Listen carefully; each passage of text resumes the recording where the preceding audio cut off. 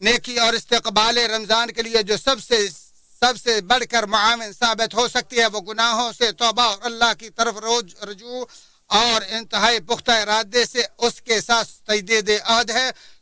بلا شبہ گناہوں کے بوجھ سے خلاصی سے مزید جد و جہد اور نیک عمل کا حوصلہ بڑھتا اور استقامت، تزکیہ نفس اور غلطیوں کی اصلاح پر مدد ملتی ہے۔ ارشاد باری تعالیٰ ہے، اے مسلمانوں تم سب کے سب اللہ سے توبہ کرو تاکہ تم نجات پا جاؤ۔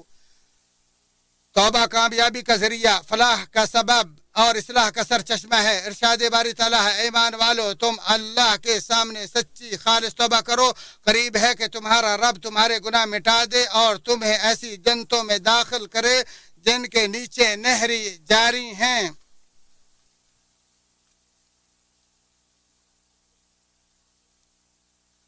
اللہ کے بندو، اللہ تعالیٰ کے بارے میں انتہائی شاندار گمان رکھو، اللہ کی رحمت سے مایوس ہونے سے بچو اور توبہ کی قبولیت سے نا امید ہونے سے دور رہو۔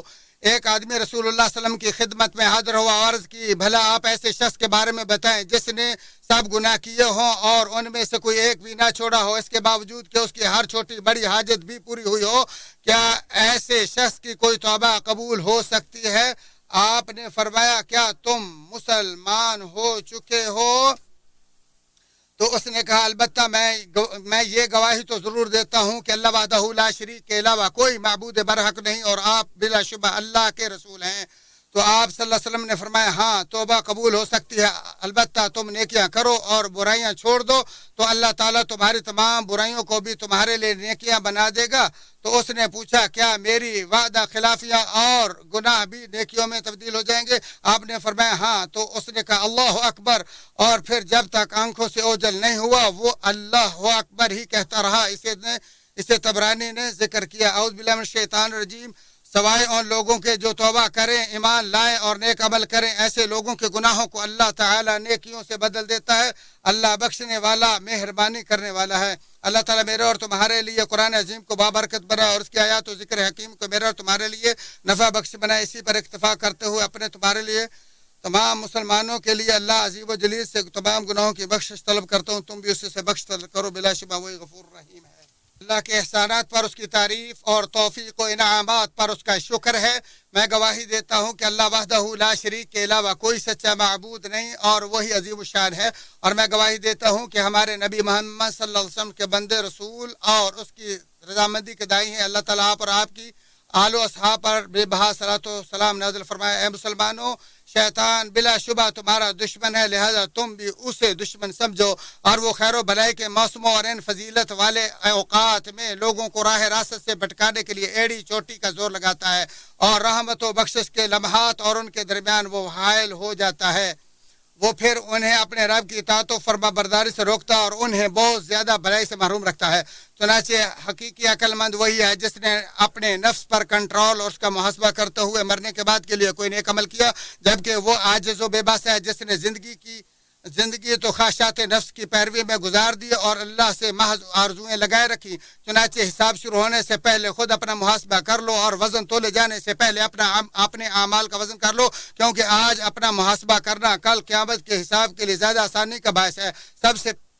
سب سے بڑی پیشی کے لیے تیار ہو جاؤ، کیونکہ جس دن تم کو پیش کیا جائے گا اس دن تمہارا کوئی بھید پوشیدہ نہیں رہے گا۔ اللہ کے بندو، غفلت سے خبردار رہنا، کیونکہ یہ ایک لا علاج بیماری قابل نفرت اور ایسا برا انجام ہے جس سے بندے کا تعلق اپنے رب سے ٹوٹ جاتا ہے اور وہ اپنے گناہوں سے بے شعور ہو کر ان سے باز نہیں آتا اور نہ ہی توبہ کرتا ہے۔ نیکی و برائی کا فرق فراموش کر بیٹھتا ہے، یہاں تک کہ خیر و بھلائی کے موسم اور نوازشوں کے سارے لمحات اس کی خواب غفلت میں ہی گزر جاتے ہیں، اور پھر وہ ایسا بے حس ہو جاتا ہے کہ اسے دیکھنے سے عبرت، واعظ سے نصیحت اور تذکیر سے یاد دہانی تک نصیب نہیں ہوتی۔ جیسا کہ ارشاد باری تعالیٰ ہے، شخص اپنے دل میں عاجزی و خوف اور زور کی آواز کی نسبت کم آواز کے ساتھ صبح و شام اپنے رب کی یاد کیا کر اور اہل غفلت میں سے مت ہونا۔ اس تمام تر تفصیل کے بعد، اے اللہ کے بندو، عمر بہت تھوڑی اور وقت قلیل ہے۔ جو گزر گیا سو گزر گیا اور ہر آنے والی چیز نے آ کر ہی رہنا ہے. البتہ عمر کے بارے میں کوتاہی اور لاپرواہی کی کوئی گنجائش نہیں، کیونکہ وہ ساری کی ساری امتحان کی ایک جھلک ہے. لہذا انتظار و کوتاہی سے بچو اور یاد رکھو کہ اسی تھوڑی سی عمر کے ذریعے انسان جنتوں کی ہمیشہ کی برقراری اور کبھی نہ ختم ہونے والی بقا خرید سکتا ہے. اور دوسری طرف اگر کسی نے اپنی عمر کے بارے میں کوتاہی اور لاپرواہی سے کام لیا تو وہ تباہی اور خسارے میں مبتلا ہو گیا. چنانچہ عقل مندوں کے لیے یہی لائق ہے کہ وہ اپنی عمر کی قدر و قیمت کو پہچانے اور اپنے لیے اپنے معاملے پر غور و فکر کرے اور اس چیز کو غنیمت سمجھے جس کے زوال کا خدشہ ہو، کیونکہ عین ممکن ہے کہ اس کا زوال ہی اس کی تباہی کا پیش خیمہ ہو جائے. لہذا خدا را اس ماہ رمضان کے محرومی سے بچنا، جس کی خاطر سفر تک روک دیے جاتے ہیں اور جس سے بہت سی امیدیں وابستہ ہیں، سو تم نیک اعمال کے حصول میں خوب محنت سے کام لو اور اپنی حالت کی اصلاح کرو تو اللہ تعالیٰ بھی انجام کی اصلاح فرما دے گا. جیسا کہ ارشاد باری تعالیٰ ہے، اور تم پابندی سے نماز قائم کرو، زکوٰۃ ادا کرو، اللہ تعالیٰ کو اچھا قرض دو، اور جو کی تم اپنے لیے آگے بھیجو گے اسے اللہ تعالیٰ کے ہاں بہتر سے بہتر ثواب میں بہت زیادہ پاؤ گے. اللہ تعالیٰ سے معافی مانگتے رہو، یقیناً اللہ تعالیٰ بخشنے والا مہربان ہے. اے ذوالجلال والاکرام، اے حی یا قیوم، اے آسمان و زمین کے بنانے والے، انوکھا بنانے والے، ہم آپ سے سوال کرتے ہیں اور دعا گئے کہ ہمیں رمضان نصیب فرمانا اور اس کے روزے اور قیام پر ہماری مدد فرمانا اور ہم سے اس کی عبادات قبول فرمانا.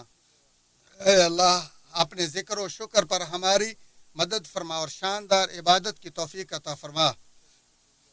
یا اللہ، اس ملک اور دیگر تمام اسلامی ممالک کو امن و امان کا گہوارہ بنا. اے اللہ، ہمارے حاکم اور اس کے ولی عہد کو اپنی رضامندی اور اصلاح کے کاموں کی توفیق عطا فرما.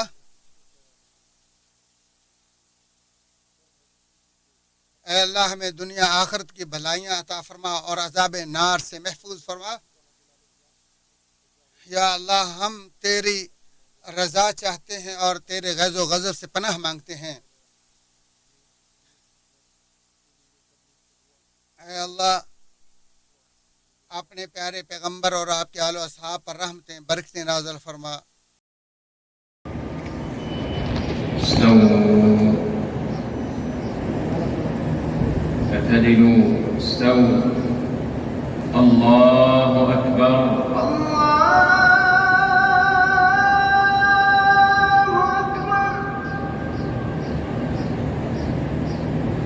الحمد لله رب العالمين الرحمن الرحيم مالك يوم الدين إياك نعبد وإياك نستعين اهدنا الصراط المستقيم صراط الذين أنعمت عليهم غير المغضوب عليهم ولا الضالين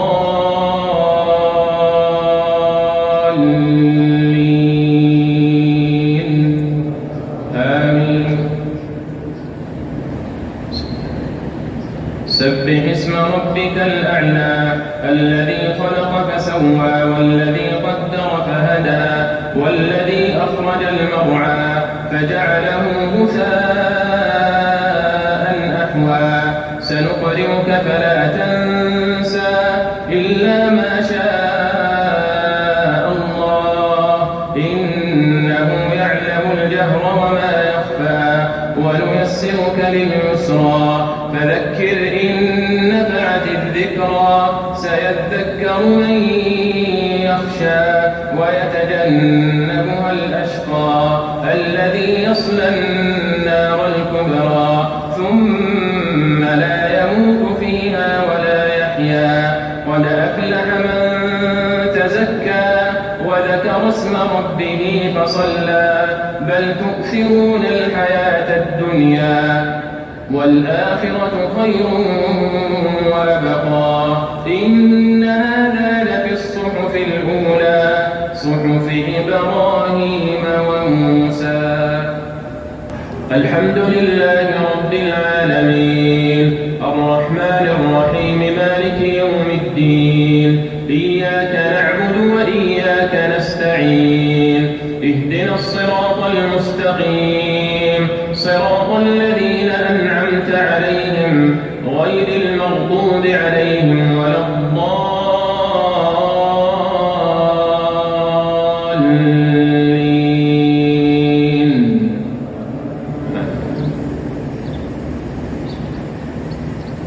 هل أتاك حديث الغاشية وجوه يومئذ خاشعة عاملة ناصبة تصلى نارا حامية تسقى من عين آنية ليس لهم طعام إلا من ضريع لا يسمن ولا يغني من جوع وجوه يومئذ ناعمة لسعيها راضية في جنة عالية لا تسمع فيها لاغية فيها عين جارية فيها سرر مرفوعة وأكواب موضوعة ونمارق مصفوفة وزرابي مبثوثة أفلا ينظرون إلى الإبل كيف خلقت وإلى السماء